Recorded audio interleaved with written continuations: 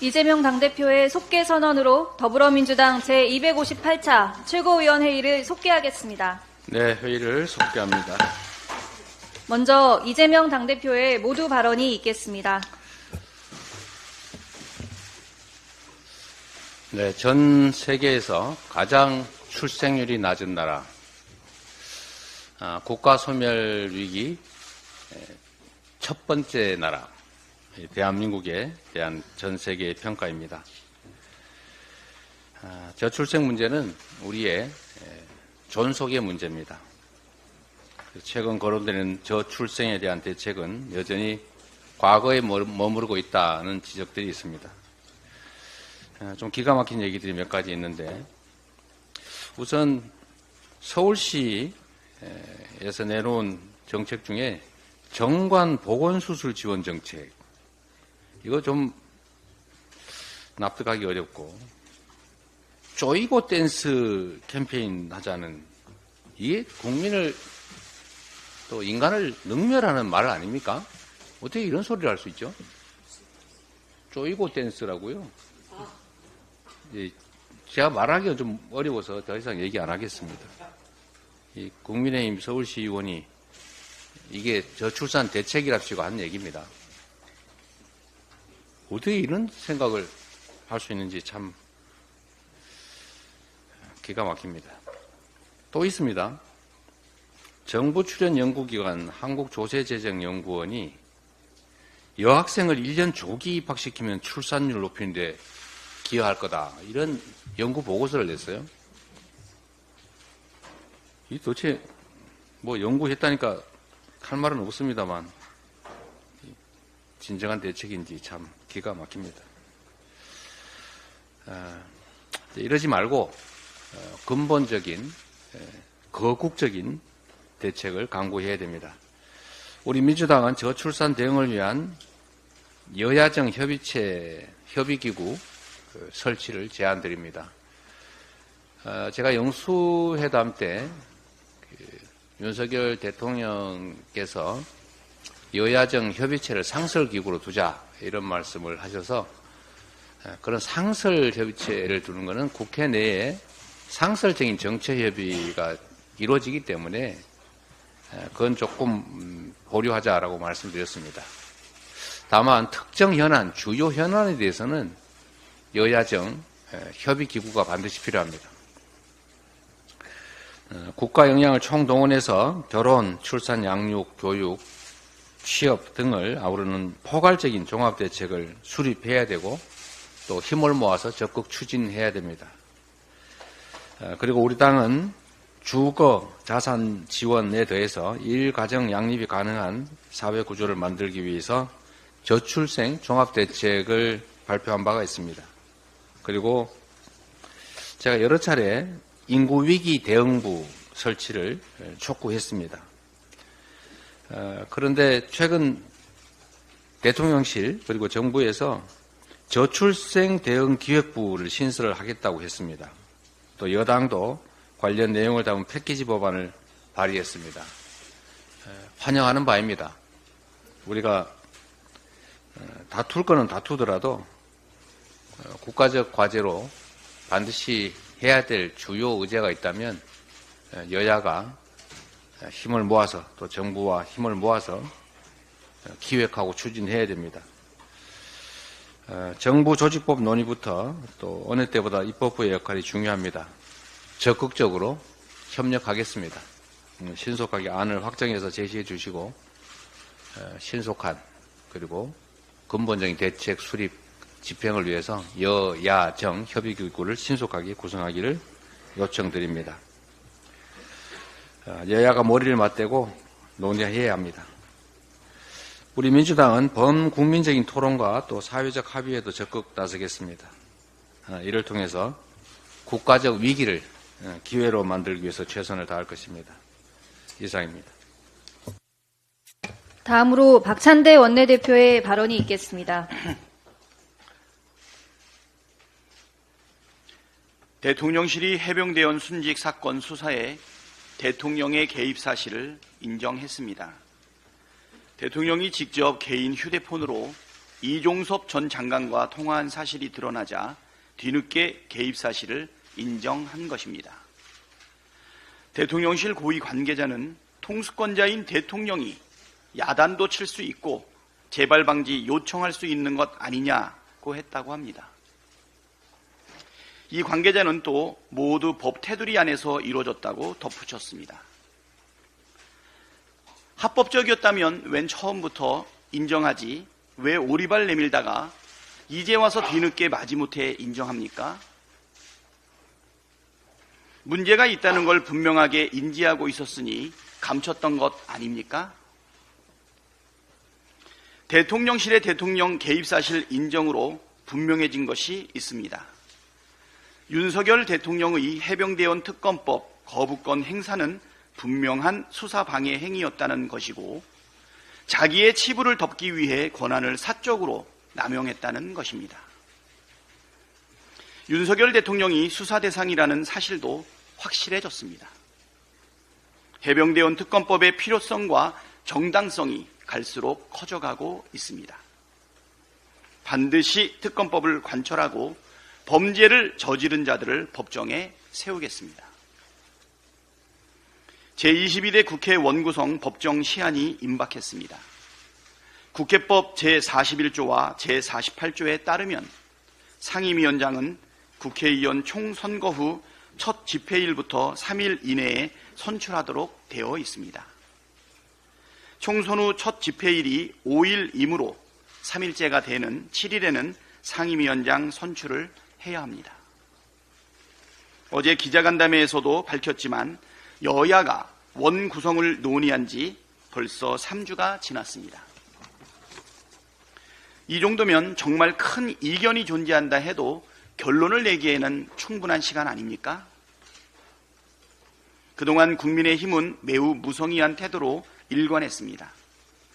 자신들의 안조차 내놓지 않고 자꾸 언론을 상대로 관례 얘기만 반복하는데 이건 명백한 시간 끌기입니다. 대화하거나 타협할 생각이 조금이라도 있다면 자신들의 안을 내놓고 협상하자고 해야 상식적이지 않겠습니까? 민주당은 충분한 시간과 기회를 줬습니다.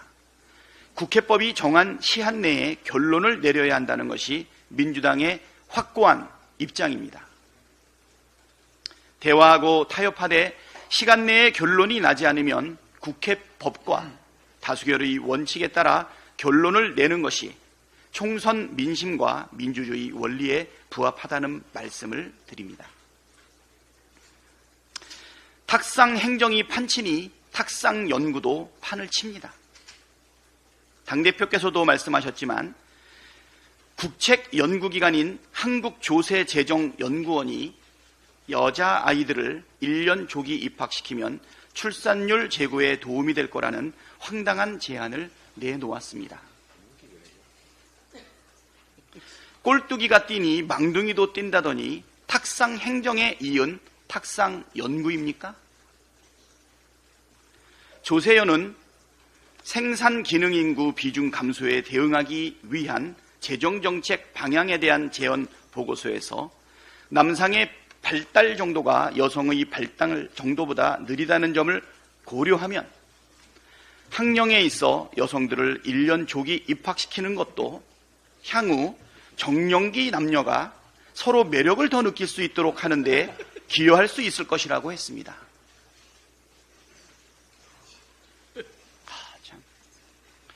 여자아이를 1년 조기 입학시키면 남녀 교제 성공률이 높아질 거라는 합리적인 근거는 당연히 제시하지 못했습니다.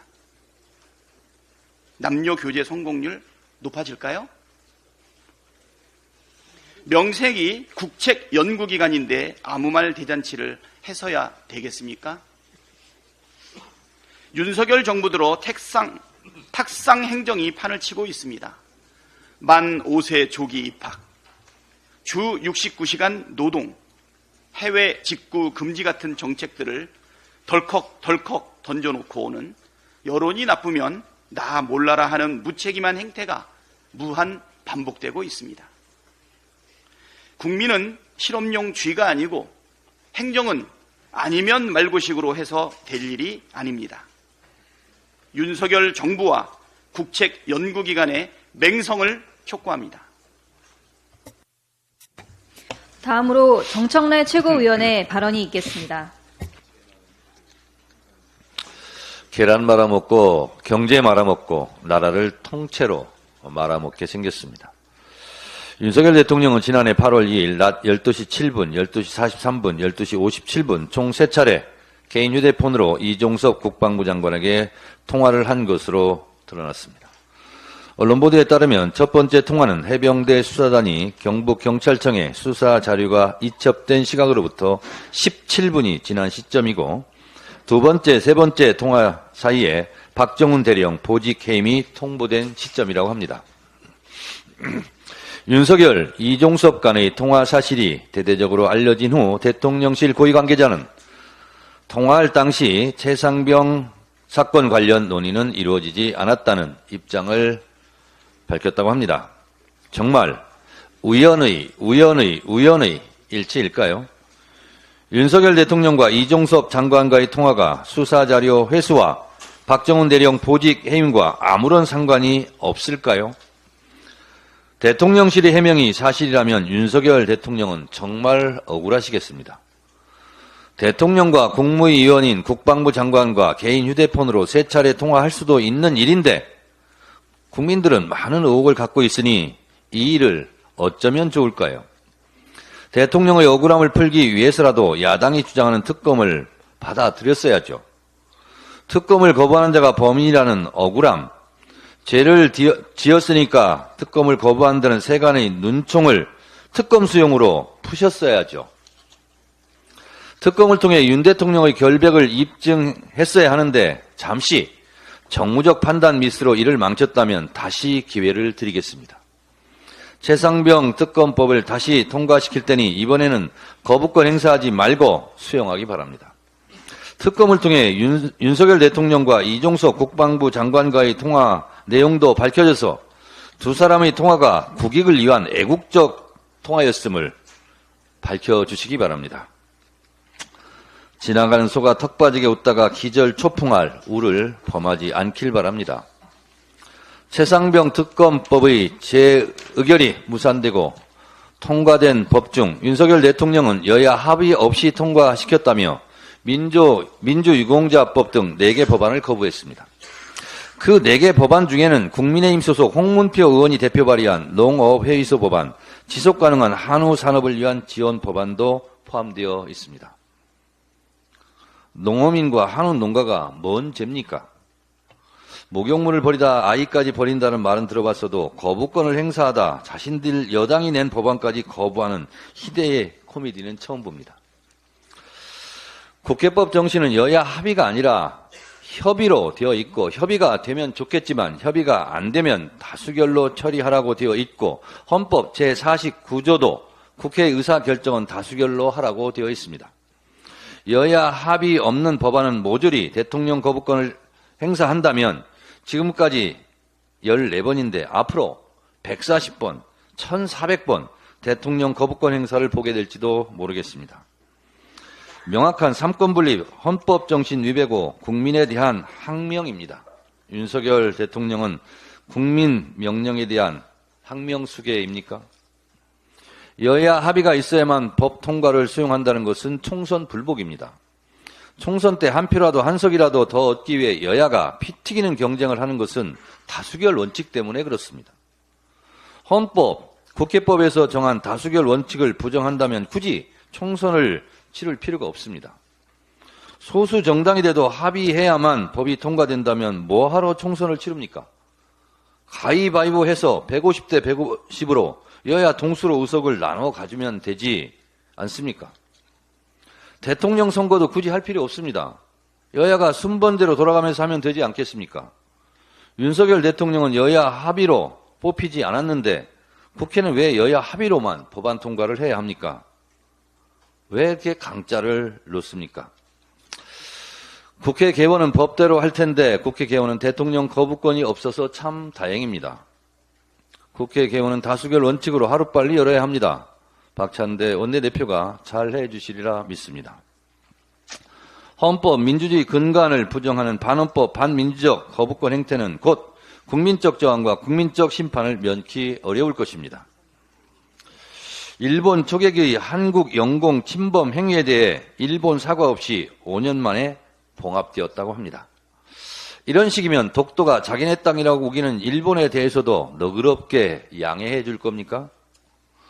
대일 굴종 외교의 끝판왕이 신기록을 계속 작성할 것 같은데 윤석열 정권 내 친일을 넘어 뼛속까지 일본인인 몇 명이 혹시 암약하고 있는 거 아닙니까? 계란 말아먹고 경제 말아먹고 외교 말아먹고 최상병 진실 말아먹고 이러다 정말 나라를 통째로 말아먹게 생겼습니다.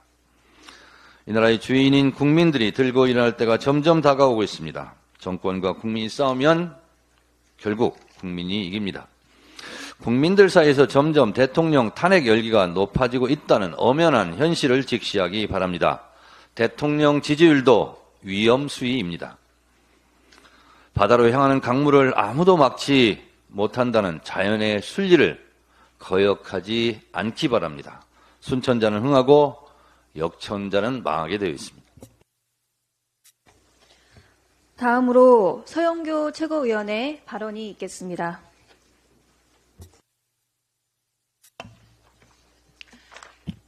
정청래 최고위원 말씀처럼 윤석열 대통령의 지지율이 뚝뚝 떨어졌습니다. 윤석열 대통령 출범하고 최저 지지율이라고 합니다. 직무수행 긍정평가가 21%라고 하는데요. 이런 지지율이 있습니까? 모두 다 이야기합니다. 지지율이 긍정평가가 21% 정도 나온다면 대통령이 확 바뀌어야 하는데 대통령은 꿈쩍도 안 하고 이걸 인식하지도 못하고 이래서야 되겠냐라고 보수들도 한탄한다고 합니다. 서울의 지지율은 17%, 인천 경기는 18%, 20대는 14%, 30대는 10%, 40대는 몇 프로인지 아십니까? 긍정평가가 8%라고 합니다. 이 정도면 대통령 바뀌어야 되는 거 아닙니까? 그런데 대통령이 바뀔 기색이 없고 더 큰 소리치고 더 술 먹고 다니고 그리고 공개된 국힘 연찬회에서까지 내가 욕 좀 먹겠습니다. 그러니 술 한 잔 드리겠습니다. 라고 했습니다. 욕 실컷 먹어야 합니다. 욕 실컷 먹어야 되고 온 국민이 욕하고 있다는 거 알아야 됩니다. 자신이 욕 먹을 거라는 걸 알고도 하는 대통령 참으로 통탄할 일입니다. 이런 용어가 있습니다. 중수청, 중도, 수도권, 청년층 모두 대통령에서 이탈했다라고 하는 중수청이라고 하는 중수청, 중도층, 수도권, 청년층 모두 대통령에서 이탈했고 대통령이 바뀌어야 된다 이렇게 이야기하고 있습니다. 경제가 빨간불입니다. 올해 세수 부족이 1월부터 4월까지 8조 4천억입니다. 남은 기간 다 걷는다고 해도 31조가 부족합니다. 법인세가 작년보다 12조 8천억이 줄었습니다. 작년보다 말입니다. 작년은 어땠습니까? 작년 세수는 56조가 부족했습니다. 그래서 최악의 경제라고 했습니다. 그런데 작년이 최악인데요. 지금 1월부터 4월까지 걷어보니 법인세가 작년보다 12조 8천억이 부족하다고 합니다. 어찌합니까? 도대체 경제를 어떻게 이렇게까지 망가뜨릴 수 있는 겁니까? 대통령은 대통령 자격 없습니다. 국민이 고통스럽습니다. 어찌해야 합니까? 그런데 또 한 가지 황당무계한 일이 있었습니다. 이재명 대표도 모두 다 이야기하셨듯이 한국조세연구원에서 입학 정년기를 여성 아이의 경우 1년 앞당기자. 그러면 서로 매력을 느껴서 출산율이 제고될 거다. 이런 이야기를 했다고 합니다. 미친 거 아닙니까? 정말 딸 가진 엄마로서 미친 거 아닙니까? 이런 것을 보고서로 냈으니 한국조세연구원 원장부터 모두 그만둬야 되는 거 아닙니까? 박근혜 대통령이 국정농단으로 임기를 다 마치지 못하고 그만뒀습니다. 그때 출산율을 높이자며 미혼세라고 하는 걸 말했습니다. 미혼이면 세금 더 내라고요. 그때도 황당무계해서 바로 철회하면서 박근혜 대통령 균열이 갔죠. 그런데 윤석열 대통령이 구멍을 떵떵 터뜨리고 있으니 이렇게 한국조세연구원까지 정년기 아이 입학을 한 살 낮춰서 입학시키면 매력을 더 잘 느껴서 출산율을 높이게 할 거라고. 그랬더니 엄마들의 카페가 난리가 났습니다. 맘카페가 난리가 났습니다. 내 아이가 똑똑해서 1년 일찍 보내자는 게 아니라 커서 아이 많이 낳으라고 조기 입학시키라고요? 정말 분노한다라고 하는 맘카페가 들썩이고 있다는 것을 보고 드립니다. 이제는 하다 못해 엄마들 맘까지 불을 지르고 있으니 윤석열 대통령과 그 함께하는 기관들 정말 과간입니다. 한 가지 더 말씀드리겠습니다. 윤석열 대한민국의 안보 위기입니다. 윤석열 대통령을 대한민국이 전쟁이 일어날지 모르겠다. 윤석열 때문에 전쟁이 일어날지 모르겠다. 모두 다 걱정이 태산 같습니다. 군사분계선에는 대화가 오고 가는 자리가 아니라 오물풍선이 날리고 그리고 또 대북 전단만 왔다 갔다 합니다. 남북 대화가 이루어져서 남북 평화가 만들어져야 되는데 오고 가는 것은 오물풍선에 오고 가는 것은 대북 전단입니다. 왜 북한에서 오물풍선이 왔습니까? 김정은 오물풍선 날려서는 안 됩니다. 그따위 일 해서는 안 됩니다. 북한은 그렇게 해서는 안 됩니다. 그런데 오물풍선을 날리게 된 또 바닥에는 남쪽에서 대북 전단 삐라를 살포했기 때문입니다. 그러니 이렇게 강대강 대치가 아니라 대화해야 하는 거 아닙니까? 대북 전단 삐라를 날리니까 오물풍선이 내려오고 그 오물풍선은 유리창을 깨고 사람에게 던져진다고 합니다. 바로 여기서 가까운 양천구에도 떨어졌다는 거 아닙니까? 이렇게 해서 사람이 다치고 자동차 유리가 깨지면 그 보상은 누가 합니까? 예측된 피해입니다. 이 보상 누가 해야 합니까? 정부가 해야 하는 거 아닙니까? 제가 오늘 단단히 이야기하는데요. 예측된 피해 정부가 배상해야 된다라고 말씀드리겠습니다. 북한은 오물풍선을 날리고 일본은 우길기를 들이밀고 그리고 대통령은 수사에 개입하고 임성근 구하려다가 대통령 날아가게 생겼다. 이렇게 경고하겠습니다. 이상입니다. 다음으로 장경태 최고위원의 발언이 있겠습니다. 대통령실 고위 관계자가 수사권 없는 해병대 수사단이 군사법원법에 맞지 않게 혐의자를 많이 만들었으니 바로 잡으라고 대통령이 야단친 게 아니겠느냐고 말했다고 합니다. 지금까지 대통령실은 대통령의 경로나 전화통화 사실 자체에 대해 일단 부인하거나 회피하는 식으로 일관해왔으나 입장이 마침내 바뀌었습니다. 대통령의 통화가 사실이면 대통령도 수사 대상이 되는 것입니다. 쉽게 묻겠습니다. 대통령이 군 내부 수사에 개입할 권한이 있습니까? 군사경찰 직무법 대체 어느 곳에 대통령이 명시되어 있습니까? 국방부 장관과 각군 참모총장은 군사경찰 직무의 최고 지휘자로서 권한이 있지만 대통령은 해당 사항이 없습니다. 심지어 당시 해병대 수사단장이었던 박정훈 대령은 대통령의 경로 이후 순직 사건 관련 혐의자가 임성근 사단장을 제외한 2명으로 축소됐다고 주장했습니다.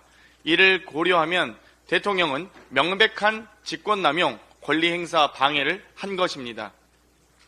대통령이 인사권을 행사하고 법무부 장관이 출국 금지를 해제하고 외교부가 국민의 세금과 예산으로 피의 혐의자를 해외로 도피시킨 사건입니다. 대통령의 통화를 시작으로 국무총리 통화, 경호처장 통화, 행정안전부 장관의 통화, 총리실 국무조정실장 통화 등 수사 대상은 정권 게이트가 되었습니다. 혐의 사실이 너무 광범위하여 특검마저도 많은 인력이 필요할 듯 합니다. 국민의힘은 더 이상 진실을 원하는 국민의 요청을 외면하지 마시고 윤석열 대통령과 정치적 운명을 다하시던지 국민과 함께 하시던지 결정하시기 바랍니다. 온 국민에게 행복을 주던 치킨 가격이 올라갑니다. 그런데 여기에도 윤석열 정부의 코미디가 들어 있습니다. 5월 31일 치킨 가격을 3,000원 올릴 예정이던 치킨 업체가 인상 일자를 6월 4일로 늦춘다고 밝혔습니다. 이유는 정부 요청이라고 합니다. 윤석열 정부가 정말 특단의 물가 관리 대책을 강구한다더니 결국 결과는 치킨 가격 인상 4일 늦춘 것입니다. 무능해도 이렇게 무능할 수 있을지 답답합니다. 처음엔 가짜 뉴스 아닌가라고 생각했습니다만 농림부에서 소비자 입장을 생각해 가격 인상을 늦춰줬으면 좋겠다고 일방적인 요청을 했다는 보도를 보고 기가 막혔습니다. 이뿐만이 아닙니다. 불과 5일 전에는 정부는 특단의 물가 대책이라며 전기료 월 667원을 깎아준다는 보도가 쏟아졌습니다. 한전 부채가 문제라며 남탓하더니 이제는 물가 탓할 것입니까? 국제 외교도 참혹한 수준입니다. 한중일 3국 정상이 공급망 협력을 강화한다라고 자랑하더니 그 발표를 비웃듯 사흘도 지나지 않아 중국의 항공우주, 조선 분야 부품과 장비, 소프트웨어에 대한 수출 통제를 막지 못했습니다.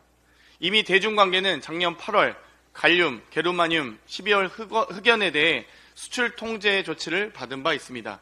모두 첨단 반도체 제조에 필수적으로 쓰이는 원료입니다. 이런 상황에서도 윤석열 대통령은 숨진 훈련병의 연결식이 있던 날에도 맥주도 놓아야 되지 않다고 참모들이 말렸는데 오늘 제가 욕 좀 먹겠다며 욕먹는 술자리까지 가졌습니다. 윤석열 대통령은 밑빠진 독에 물붓기 정권입니다. 정부와 국민의힘이 어디까지 대한민국을 밑빠진 독에 물붓듯 몰락의 길로 이끌지 국민과 함께 심판하도록 하겠습니다. 마지막으로 박정현 최고위원의 발언이 있겠습니다. 윤석열 대통령은 순직 해병대원, 전세 사기 피해 청년, 민주유공자들에게는 박절하기 짝이 없는데 유독 김건희 여사와 일본에게는 아낌없이 모든 것을 다 내주고 있습니다. 윤석열 정부의 대일 굴종 외교 더 이상 지켜볼 수 없습니다. 2018년 말 한일 초계기 갈등을 기억하실 겁니다. 일본 해상자위대 초계기가 광개토 대왕함을 향해 초근접 위협 비행을 했던 사건입니다. 일본 초계기의 위협은 다음해 1월까지 4차례나 계속되었으나 일본은 사과는커녕 우리 해군이 사격 통제 레이더를 발사했다는 적반하장식 억지 주장을 펼치며 오히려 우리나라에 항의했던 사건입니다. 윤석열 정부는 지난 1일 한일 국방장관 회담에서 양국의 초계기 갈등을 해소한다는 명목으로 일본의 중대한 주권 위협에 대해 사과 한마디 받지 못하고 재발 방지에 합의했습니다. 회담에서 일본이 우리 정부의 전범기 사용이 문제가 없음을 확인해 줄 것을 요구했다는데 회담 분위기가 어떠했을지는 따로 말할 필요가 없어 보입니다. 내일 6월 3일부터 5일까지 팔스 서울 2024가 개최됩니다. 팔스는 인도태평양 상륙군 회의로 한국 해병대 사령부와 미 태평양 해병부대 사령부와 공동 주최하고 호주, 영국, 필리핀 등 30여 개 국가가 참가합니다. 문제는 이번 회의에 일본 자위대 고위 장성이 첫 공개 방한하고 한일 양자회담이 진행된다는 것입니다. 일본은 지난 4월에도 가미카와 요코 외무상이 각의 보고를 통해 일본 외교청서에 독도 영유권 주장을 했습니다. 일본 수륙기동대가 섬 탈환 훈련을 진행하는 가운데 일본 자위대의 방안을 용인하는 윤석열 정권은 대체 어느 나라 정부인지 한심하기 짝이 없습니다.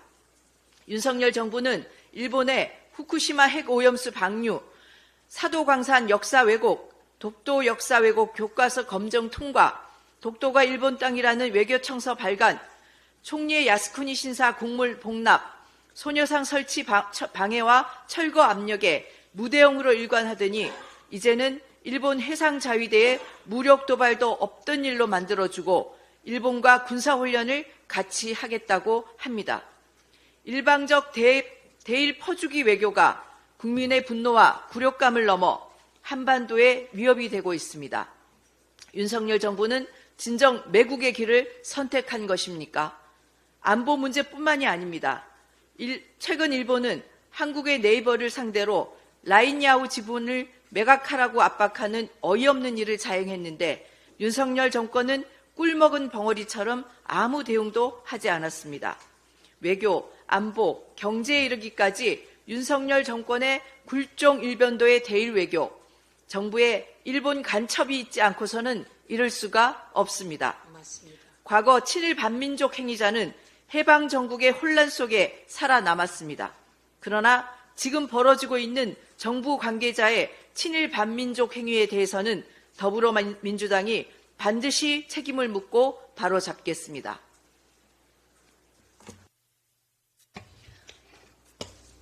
이상 발언을 모두 마치고 당대표께서 제258차 최고위원 네. 회의를 폐회하시겠습니다. 네, 회의를 마치기 전에 한두 가지 좀 더 지적을 해야 될 것 같습니다. 대통령께서 여야 합의가 되지 않는 법안은 국회 의결을 거치더라도 다 거부하겠다라고 하는 그런 의사를 표명한 것 같습니다.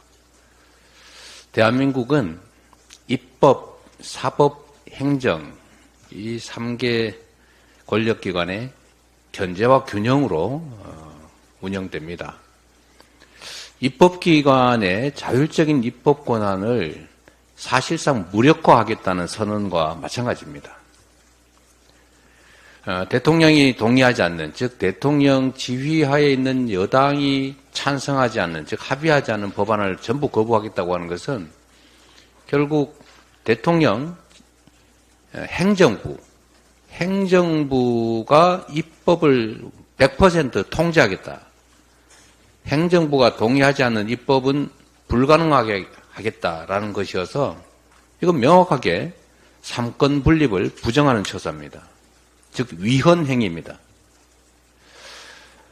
대통령께서 어떤 의도로 그 말씀을 하셨는지는 모르겠고 또 앞으로 어떤 태도를 취하실지는 모르겠습니다만 법률가인 대통령께서 이 명확한 삼권 분립을 천명한 대한민국 헌법에 위반되는 엄명을 하신 것, 또 앞으로 그렇게 하겠다는 태도는 반드시 시정되어야 한다라는 점을 지적합니다. 입법, 사법, 행정 3부의 견제와 균형을 부정하는, 삼권 분립을 부정하는 이 태도에 대해서 다시 한번 심각한 재고를 요청드립니다. 대한민국의 안보가 매우 위험하다라는 말씀은 여러 사람들이 하고 있습니다. 저도 그런 말씀을 많이 드렸습니다. 국가의 존재 이유 중에 가장 근본은 국민의 생명 안전을 지키는 것이고, 그러기 위해서 예산의 상당 부분, 국가 총생산의 몇 퍼센트, 약 3% 되나요? 엄청난 돈을 국방 예산으로 투입합니다. 그건 결국 국민들의, 우리 공동체의 안전을 확보하기 위해서 아닙니까? 근데 안보란, 안전보장이란 싸워서 이기는 게 중요한 게 아닙니다. 싸우지 않고 이겨야 하고 또 그 이상으로 싸울 필요가 없게 만드는 게 가장 완벽한 안보입니다. 지금 대북 전단 살포로 촉발된 대나무 오물 투척, 이 양자 다 문제 있습니다.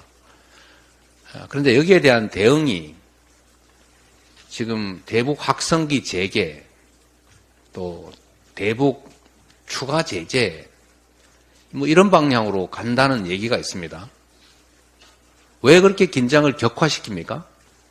왜 안보를 스스로 위협합니까? 그러지 않고 해결할 방법이 있지 않습니까? 우리 민주당 정부 당시에 이 북한으로 보내지는 대북 전단 삐라가 대부분 경기도 일원에 떨어지기 때문에 경기도 차원에서도 이걸 쓰레기 투척 행위나 마찬가지다. 그리고 온갖 그 과정에서 고압가스 관련 법령을 위반한다든지 등등의 문제들이 있어서 저희가 감시단도 파견해서 막았습니다. 그리고 실제로 대북 전단을 보내지 못하게 됨으로써 사실 이것 때문에 생기는 긴장은 상당히 많이 완화됐다는 점, 분명한 역사적 사실입니다. 그런데 이걸 방치할 뿐만 아니라 오히려 일면 권장하는 듯한 정부 태도 때문에 불필요하게 북한을 자극하고 이게 대한민국 안보에 무슨 도움이 되는지 모르겠는데 그로 인해서 북한이 대응 조치할 것은 이미 예상된 바 아닙니까? 이전에는 대북 비라 풍선에 대한 북한의 대응이 고사총 사격이었습니다.